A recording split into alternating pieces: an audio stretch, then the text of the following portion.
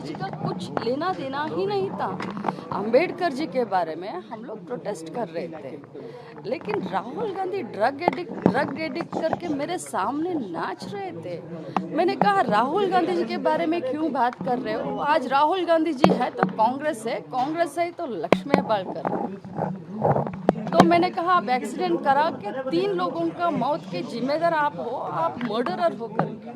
मैंने कभी ऐसा नहीं कहा कि मैंने नहीं कहा है, लेकिन उन्होंने कहा, सिटी रवि ने कहा कि मैंने वो जो वर्ड है प्रोस्टिट्यूट हमने ये नहीं कहा, लेकिन उन्होंने कहा है। आप लोगों के डोमेन में है, आप लोगों के फुटेज में है। मैं I don't know how to react.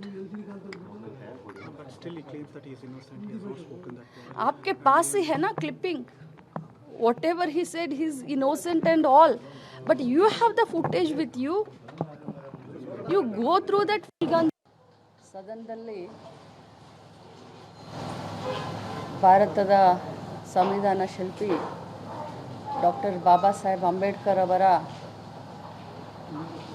ಒಂದು ಅವರಿಗೆ ಅವಹೇಳನಕಾರಿ ಮಾತನಾಡಿದ್ದಾರೆ ಅಂತ ಹೇಳಿ ನಾವೆಲ್ಲರೂ ಧರಣಿಯನ್ನು ಮಾಡುವಂಥ ಸಂದರ್ಭದಲ್ಲಿ, ಯಾಕಂತಂದರೆ ಅಂಬೇಡ್ಕರ್ ಜಿ ಅವರಿಂದನೇ ಇವತ್ತು ಮಹಿಳೆಯರು ನಾವು MLA ಆಗಲಿಕ್ಕೆ, ಮಂತ್ರಿ ಆಗಲಿಕ್ಕೆ ಸಾಧ್ಯ ಆಯಿತು.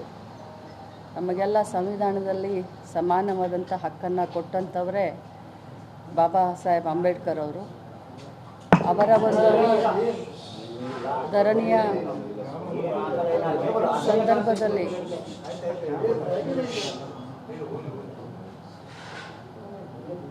ಎಲ್ಲರೂ